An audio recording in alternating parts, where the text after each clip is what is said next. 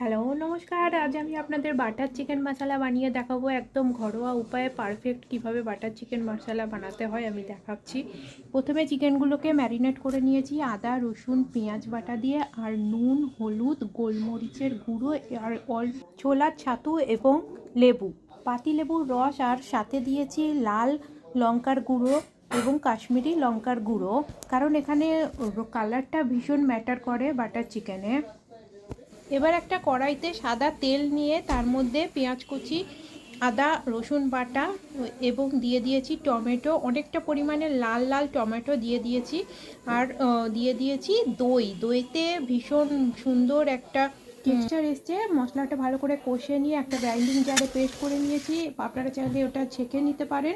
এরপরে ওপর থেকে চিকেনগুলো মিশিয়ে হানি দিয়ে, একটু গোলাপ জল দিয়ে, গরম মশলা আর কাসুরি মেথি, ফ্রেশ ক্রিম আর বাটার দিয়ে